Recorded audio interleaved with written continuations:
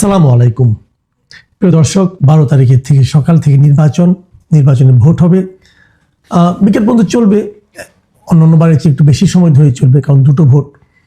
এবং তারপর কাল রাতেই ফলাফল ঘোষণা করার কথা, কিন্তু সম্ভবত তারা করতে পারবে না, আরও একদিন বাড়তি সময় লাগবে বলে মনে করা হচ্ছে। কারণ এর মধ্যে আপনারা জানেন যে প্রধান উপদেষ্টা প্রেস সেক্রেটারি বলেছেন যে নির্বাচনের ফলাফল ঘোষণা করতে পারে একটু সময় লাগতে পারে।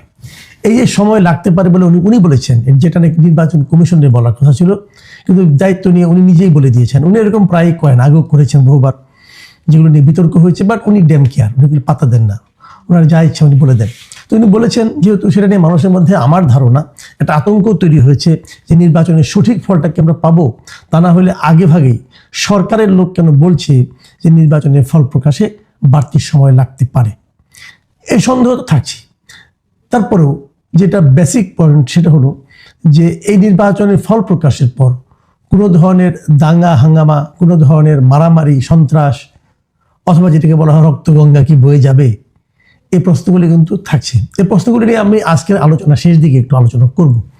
তার আগে আমি যে বিষয়টা নিয়ে আজকে কথা বলতে চাই, সেটা হলো যে গতকালকে নির্বাচনী প্রচারণা একদম শেষ মুহূর্তে, কারণ আজকে সকাল 7টা থেকেই নির্বাচনী প্রচারণা কিন্তু বন্ধ। কাজেই গতকালকে রাতেই প্রধান দুটো দল, যেটা জামায়াতে ইসলামী এবং বিএনপি, এই দুই দলের দুই শীর্ষ নেতা, জামায়াতে ইসলামের ডাক্তার শফিকুর রহমান এবং বিএনপির জনাব তারেক রহমান, ওনারা জাতির উদ্দেশ্যে টেলিভিশনে ভাষণ দিয়েছেন, বিটিভিতে সেটা প্রচারিত হয়েছে। সেই ভাষণ দুটো নিয়ে আমি একটু কথা বলতে চাই। আপনারা এই ভাষণ দুটো আপনারা নিশ্চয়ই দেখেছেন, তো আমার কাছে কেমন লেগেছে কার ভাষণ, সেটা নিয়ে একটু আমি কথা বলতে চাই। আমি যদি প্রথমে তারেক রহমানের কথাটা বলি, তারেক রহমান ভাষণ দিয়েছেন পুরো 37 মিনিট 13 সেকেন্ড, আমি যেটা পেয়েছি। বিশাল ভাষণ, এক পর্যায়ে না ক্লান্তি এসে গিয়েছিল আমার। এত লম্বা ভাষণ আমি কেন শুনবো? মানুষের তো একটা সময়ের দাম আছে, এত লম্বা ভাষণ আমি পছন্দ করিনি। বিপরীত দিকে শফিকুর রহমান ভাষণ দিয়েছেন, যেটা এটা তুলনামূলকভাবে ওই ভাষণের প্রায় অর্ধেক, উনি দিয়েছেন 19 মিনিট 15 সেকেন্ড। এটা তুলনামূলকভাবে ছোট অর্ধেক, কিন্তু অর্ধেক হলেও এটা যে শুনতে খুব শ্রুতিমধুর ঠেকেছে, তাও কিন্তু আমার কাছে মনে হয়নি। কেন হয়নি সেটাও আমি আপনাদেরকে বলবো। দুটো ভাষণের টাইপটা দু ধরনের, দুটো ভাষণের ক্যারেক্টার ছিল টোটালি দু ধরনের। আমার কাছে যেমন ধরেন আপনি তারেক রহমান সাহেব কি বলেছেন, অনেক কথা বলেছেন, আমি দু একটা চুম্বক পয়েন্ট আমার কাছে যেগুলি চুম্বক মনে হয়েছে, গুরুত্বপূর্ণ মনে হয়েছে, সেগুলো আপনাদেরকে আমি একটু বলি। যেমন উনি কর্মসংস্থানের উপর গুরুত্ব দিয়েছেন, 1 কোটি কর্মসংস্থান কিভাবে বানাবেন এবং এই জন্য কীভাবে শিক্ষা দিবেন, আপনার কারিগরি শিক্ষা, ব্যবহারিক শিক্ষা দিবেন, শিক্ষিত বেকার দেবেন, শিক্ষা শেষে যারা বেকার থাকবে তাদেরকে ভাতা দিবেন, ফ্যামিলি কার্ড দিবেন, 2,500 টাকা করে প্রত্যেককে দিবেন, ফ্যামিলি কার্ড দিবেন, এবং কোথেকে দিবেন সেটাও বলে দিয়েছেন। উনি বলেছেন যে এখন এই ফ্যাসিবাদী আমল যে বিদেশে প্রতি বছর $16 বিলিয়ন পাচার হতো, উনি পাচারটা বন্ধ করবেন। পাচারটা বন্ধ করতে পারলে ওই টাকা দিয়ে এটা হয়ে যাবে। খুবই উচ্চাভিলাষী একটা, উনি যে পাচার বন্ধ করতে পারবেন, এটা ওনার সদিচ্ছাটা এতে প্রকাশিত হয়েছে। কিন্তু পারবেন কি? যদি না পারেন, যারা পাচার করে অভ্যস্ত তারা কি পাচার করবে না, অথবা ওনাকে মেনে নেবে? পাচার করতে না দিলে তারা কি অন্য ভূমিকা অবতীর্ণ হবে না? এসব বস্তু থাকছে। কিন্তু ওনার প্ল্যানটা আমার কাছে মনে হয়েছে টু দ্য পয়েন্ট উনি প্ল্যান করেছেন। এবং উনি বলেছেন যে রাষ্ট্রের মালিক আসলে জনগণ, সেটা কেবল খাতায় কলমে থাকে, উনি করে দেখাবেন যে জনগণের যার যা অধিকার সেগুলো উনি যাতে নিশ্চিতভাবে পায় সেই ব্যবস্থা উনি করবেন। উনি একদম টু দ্য পয়েন্ট আরও কিছু কথা বলেছেন, মসজিদের এবং বিভিন্ন ধর্মীয় প্রতিষ্ঠান যেগুলো আছে অন্যান্য ধর্মের, এখানে যারা নাকি ধর্মগুরু যারা আছে, মসজিদের ইমাম, খতিব, মুয়াজ্জিন যারা আছে, এদের অর্থনৈতিক সুবিধার কথা উনি বলেছেন, যাদের অর্থনৈতিক সুবিধা দেওয়া হবে। এটা আমার কাছে খুব গুরুত্বপূর্ণ মনে হয়েছে। দেখুন, ইসলামে একটা এলাকার মসজিদের যিনি ইমাম থাকেন, খতিব থাকেন বা মুয়াজ্জিন থাকেন, এরা কিন্তু ধর্মীয়ভাবে খুব সম্মানিত ব্যক্তি, কিন্তু তাদের জীবনযাপন কিন্তু খুব দরিদ্র হালে কাটে, কারণ তাদের তো আর কোনো ইনকাম নেই। এই জন্যই তারা করে কি, ওই এলাকার যা নাকি দুষ্ট লোক আছে কিন্তু অর্থশালী লোক আছে, তাদের কথা শুনতে বাধ্য হয়। কাজে এরা যদি নিজেরা স্বাবলম্বী হয়, তখন আসলেই তারা কিন্তু ওখানকার সমাজের অনেক গুরুত্বপূর্ণ বিষয়ে স্বাধীনভাবে মতামত দিতে পারবেন। আমি মনে করি এটা খুব জরুরি, কারণ আমাদের এই দেশটা আপনি চান বা না চান, এটাই বাস্তবতা যে এখানে ধর্মীয় আলেমদের একটা গুরুত্ব কিন্তু আছে। তাদেরকে স্বাবলম্বী হওয়ার সুযোগ যদি সরকারের থাকে তাহলে সেটা দেওয়া উচিত। আমার কাছে এটা ভালোই লেগেছে। তারপরে আরও অনেক কিছু বলেছেন উনি, যে পরিকল্পনা উনি যে নিচ্ছেন, উনি একটা খুব গুরুত্ব দিয়ে বলেছেন যে আমাদের তো অনেক পরিকল্পনা নেই, কিন্তু সেই পরিকল্পনা বাস্তবায়নে কিন্তু দুর্নীতি হয়, এবং এই দুর্নীতি উনি কঠোরভাবে দমন করতে চেয়েছেন। উনি যে পরিকল্পনা নেবেন, যেমন আমি নিজেও কিন্তু অনেকবার বলেছি যে আপনি বলেছেন যে বস্তির জন্য আপনি বস্তিতে আপনি বানাবেন, ফ্ল্যাট বানাবেন, কিন্তু যাদেরকে বানাতে দিবেন তারা কি করবে? তারা তো চুরি করবে এবং তারা তো সেখানে নিজের আত্মীয় স্বজনের নাম বসিয়ে দেবে। উনি ওই বিষয়টা কি নাম যায় না, উনি বলেছেন যে এই পরিকল্পনা বাস্তবায়নে যে দুর্নীতি হয় এটাকে উনি কঠোরভাবে দমন করবেন। এবং আরো বলেছেন, আমি এই শব্দটা আমার ভালো লাগছে, দুর্নীতি নিয়ন্ত্রণে যতটা কঠোর হওয়া যায় বিএনপি ততটাই কঠোর হবে, মানে ম্যাক্সিমাম কঠোরতা দেখাবে, মানে দুর্নীতির বিরুদ্ধে এক ধরনের জিহাদ বলতে পারেন। আরেকটা কথা বলেছেন, আমি বেশি লম্বা করবো না, বুঝতেই পারছেন প্রায় লম্বা তো ভাষণ, হ্যাঁ, আধা ঘন্টার বেশি ভাষণ বলে তো অনেক কথাই বলা যায়। যে কথাটা বলেছেন একটা সেটা আমি বলি, সেটা হলো যে এই 12 তারিখে আপনারা বিএনপিকে ভোট দিবেন, 13 তারিখ থেকে বিএনপি এমপিরা আপনাদের দায়িত্ব নেবেন এবং এই দায়িত্বটা তারা ঠিক মতো পালন করছে কিনা সেটা দেখার দায়িত্ব আমি নিচ্ছি, মানে আমি তারেক রহমান নিচ্ছি। মানে মূলত যেটা বোঝা গেল যে উনি সামগ্রিকভাবে পুরো জাতির দায়িত্বটা উনি নিজের কাঁধে নিতে চান এবং নেওয়ার কথা ওনার ইচ্ছা আছে। আমার কাছে ভালো লেগেছে, একজন নেতার এরকম বক্তব্য হওয়া উচিত।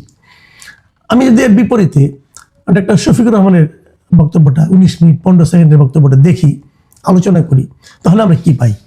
জামাত নেতা ডক্টর শফিকুর রহমান উনি প্রথম থেকে যে কথাটা বলেছেন যে এই দেশটা ওনারা তরুণদের হাতে তুলে দিতে চান, তরুণরাই এই দেশের কাণ্ডারি হবে, তরুণরাই হাল ধরবে, তরুণরাই সবাইকে মিলে ঐক্যের বাংলাদেশ গড়বে।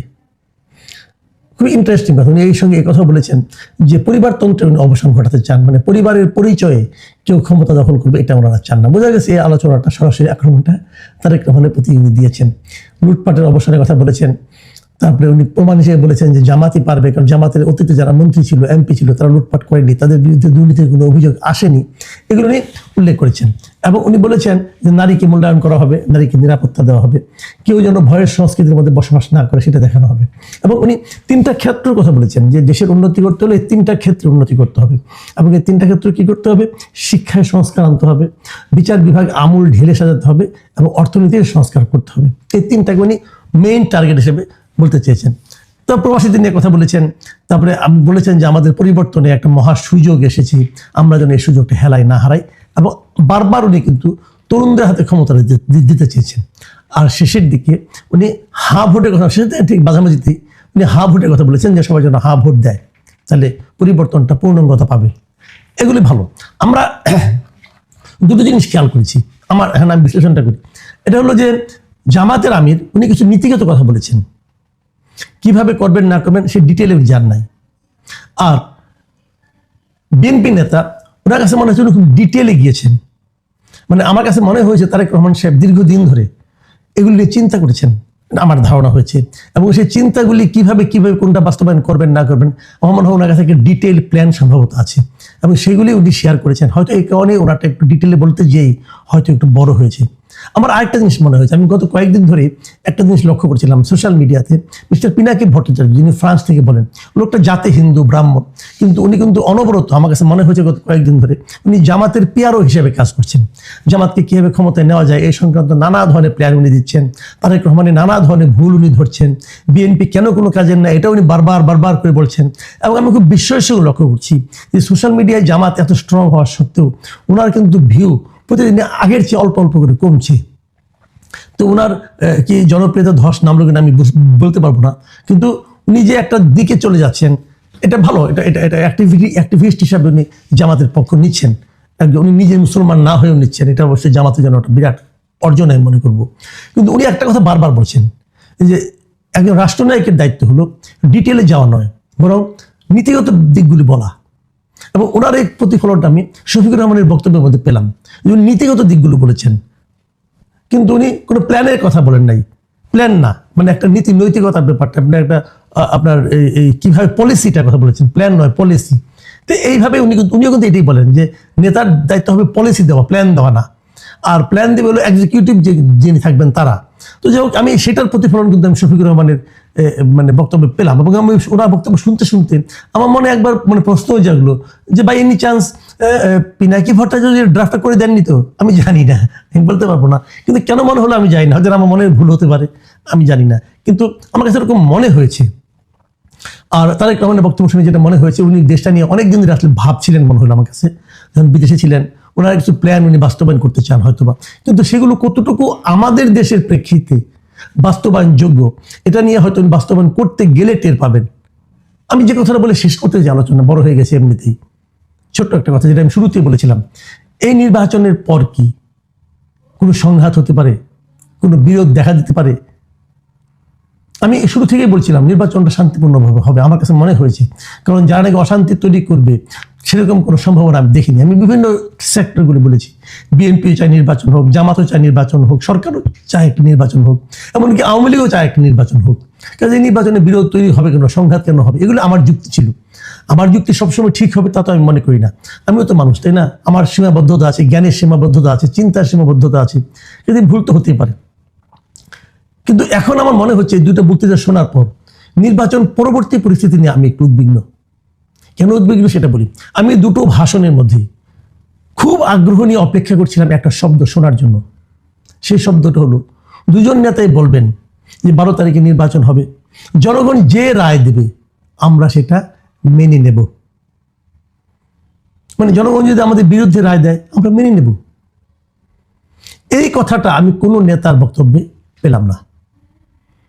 অথচ গণতন্ত্রে কিন্তু এটাই মূল বক্তব্য। গণতন্ত্রের মূল বক্তব্য হলো আমি জনগণের মতামতকে শ্রদ্ধা করি। জনগণ যদি আমার বিরুদ্ধে মতামত দেয় তবুও আমি মেনে নেব। আমি ভাববো আমি যা করেছি তার জন্য এটাই আমার প্রাপ্য ছিল। কিন্তু এই বক্তব্যটা আমি এই দুই নেতার কারো কাছ থেকে পেলাম না। তার মানে হলো দুই নেতাই ভাবছেন যে আমাদের জয়টা সুনিশ্চিত, আমি জেতার জন্য নির্বাচন করছি। জেতার জন্যই সবাই নির্বাচন করে, কিন্তু সবাই তো জেতে না। যে না যেতে তার মনোভাবটা কি হবে?